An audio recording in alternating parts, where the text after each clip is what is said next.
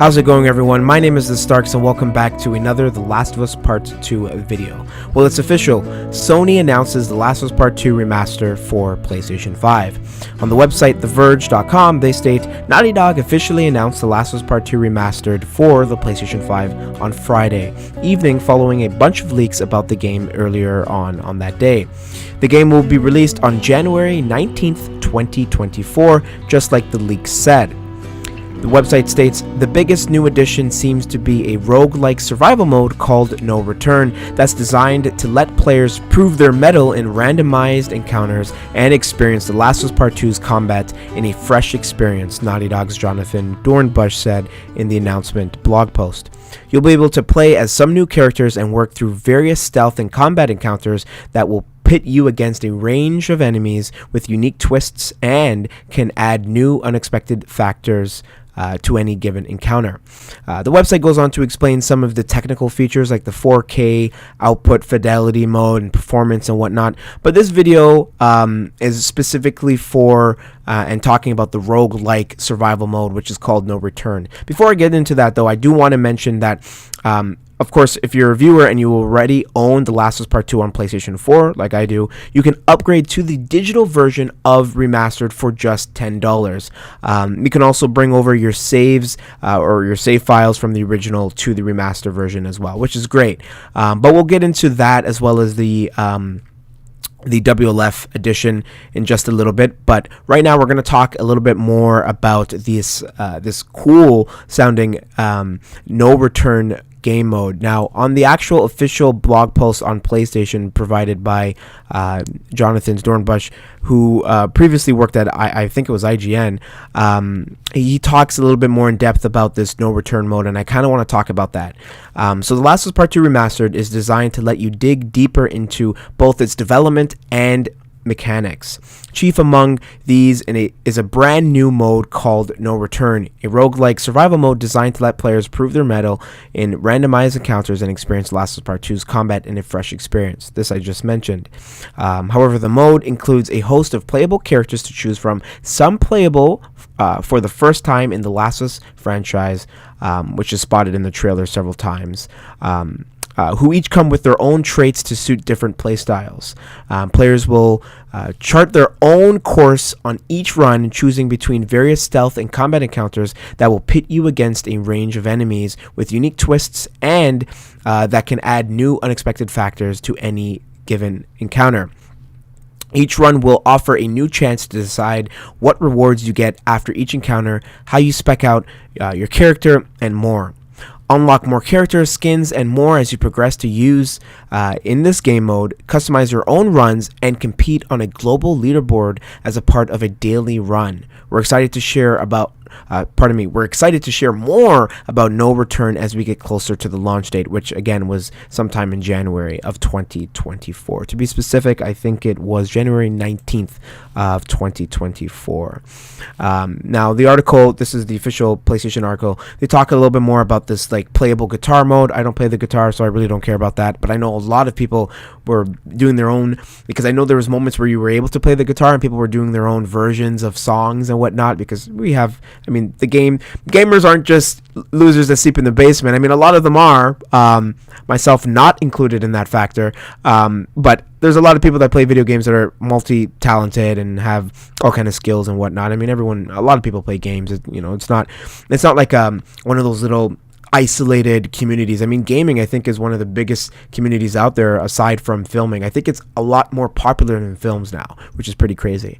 Like I said, the article goes on to explain some of the technical stuff and a little bit about the WLF edition, which I'll get to in just a second. But regarding this rogue-like game mode called No Return, this is giving me so much Factions vibes. And I know this is not necessarily an online experience, which is what I was hoping it would be.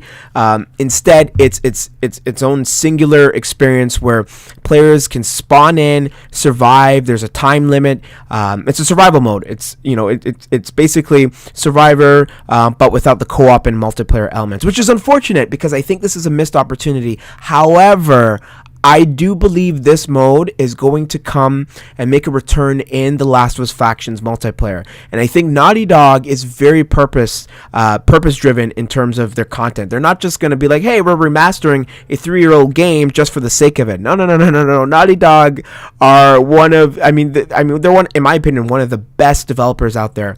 And they're not just going to remaster this game for the sake of it. I mean, there's a ton of new content. You also have this missed levels mode or I forget the name exactly, but these levels was completely unplayable before that they're bringing in. You know what? This actually, the remaster for this actually feels like a director's cut. I mentioned it on Twitter. The day that this was announced, and I said, this is giving me director cut vibes. And although it's not called a director's cut, I think it is kind of its own form of that, which is what people were speculating, and there was rumors that a director's cut would be inevitable, and I don't know if that will ever happen, but I think this is Naughty Dog's version of a director's cut. It includes this new game mode, these levels where you can explore and see different paths, guitar mode, and so many other features like skins and whatnot that you can play, as well as 4K fidelity and all these other capabilities that I really am not interested in. I'm more so interested in the content, and No Return seems to be one of the content or one of the game modes that I will actually make me want to buy a full-fledged remaster, which I likely won't do. And speaking of this remastered, there is a Last of Us Part 2 remastered WLF, which is Washington Liberation Front Edition, which includes the steel case book for the video game, 47 total Society of Champions trading cards, which is this little superhero trading card collectibles that they had in the game, which I didn't really care for, but I collected it for the platinum trophy. And then you have a WLF front patch, as well as a bunch of different pins, which is pretty cool. I do collect pins and I do collect patches, so that's pretty cool. However, as a Canadian, unfortunately, and I spoke about this on Twitter, we're not going to get it. United States get it. The people in UK get it, Germany gets it, France, Italy, a bunch of European countries get it, but not Canada, which is funny to me because they filmed the Last of Us show here. So why are you using our land if you're not going to give us something like a W? Because I'm going to be honest, I've already purchased The Last of Us Part 2 on PlayStation 4. And I'm not a huge fan of Naughty Dog remastering and remaking their games as of late. I think it's redundant, and I think Naughty Dog can allocate their time towards Factions. But I already know they are. So if they're making new content, why not splurge a bit? And I was totally down for buying this collector's edition, and I can't because they're not shipping it in Canada, unfortunately. So that's what I wanted to talk about a bit. But for all those that live in the UK or Europe or the United States, good on you. I mean, you guys get a pretty cool steelbook case and some trading cards and a patch and pins. So if you're going to justify the $90 purchase, then by all means, because I know I was going to. But since I can't buy that, I'm likely just going to upgrade for $10. That's not too bad, and play the survival mode because I think it's really cool. I mean, we saw some of the gameplay in the actual trailer. You have a character named Lev who is really prominent and really one of the main characters in The Last of Us Part 2. I can't remember their pronouns, and I'm not going to assume because I don't want to get in trouble here. But Lev, the character, is seen fighting off using, I think it's a shotgun, fighting off a bunch of infected. And what's cool about this is what Jonathan, the person who wrote this article, stated is how you can use these characters to your advantage, and they have different play styles. Obviously, if you're playing as Joel, he's going to be more brute-like, a little bit more heavy, and his punches are going to hit a bit heavier. But if you're playing as somebody like Lev or Ellie, for instance, or even Dina, you're going to have a little bit more mobility and a little bit more endurance. If you're playing with somebody like Tommy, you're going to have a little bit more endurance, but you might not have the same amount of brute force like somebody like Abby and Joel. And I don't know all of the characters that are going to be playable, but I think this was a missed opportunity, in my opinion, for Naughty Dog to make this a co-op experience. Because if they made it a co-op experience, I think it would entice a lot of Factions fans, including myself, to really encourage a lot of the community to play this game. I think people are going to play it nonetheless. I know I am. which is surprising because, again, I'm not a huge fan of remasters and remakes, and and in spite of it, I got the remake for The Last of Us Part 1 for the PlayStation 5, even though I said I wasn't going to do it, and I did.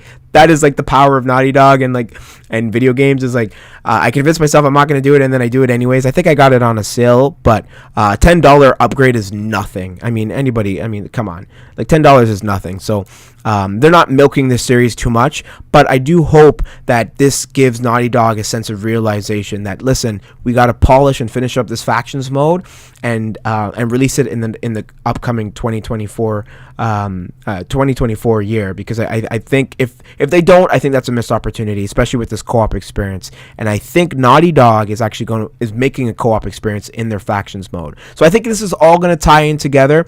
I think Naughty Dog's purpose with this was to have The Last of Us Part 1 be this polished version of, because as I explained in my previous video, which I uploaded on Friday the 17th of November, actually, it was funny because I was uploading the video, and that's when the trailer leaked, and then Naughty Dog had to announce it to do some damage control because the trailer was leaked and people were spreading it all over. Meanwhile, I'm uploading this video, be like, yeah, guys, this is still rumors and leaks. Meanwhile, it's like official now. So that's kind of unfortunate as a content creator.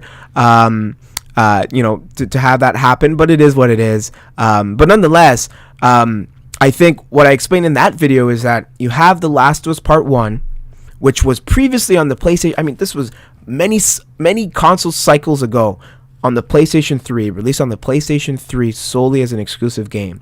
Got remastered to the PS4, right? And then several years later, and this was in 2014 and 2022, almost a decade later, 8 years later, Naughty Dog would remake the original Last of Us experience, naming it The Last of Us Part 1, to go hand in hand with now a remaster for The Last of Us Part 2. All while speculation and rumors have been floating. Apparently Naughty Dog's making The Last of Us Part 3. I don't know if that's ever going to happen. I don't want it to happen. So let's just talk about The Last of Us Part 1 and The Last of Us Part 2.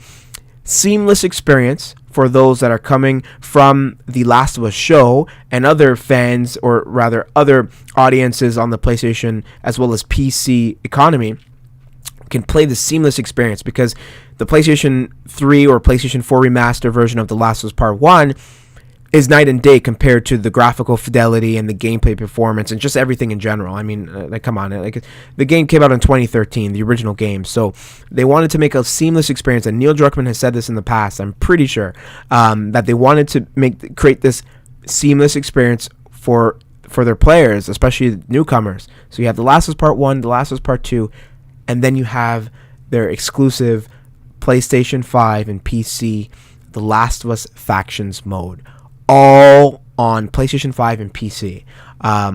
Later down on PC, of course, because that's the trend PlayStation's doing nowadays. I think this is a perfect opportunity for Naughty Dog to really, really change the industry. I'm excited. I can't believe I'm saying this, but I am genuinely excited for The Last of Us Part 2 remaster, which I never thought I would be, because I'm not the biggest fan of Naughty Dog taking this approach of remastering and remaking games as much. I want a new IP and I want factions. That's all I want.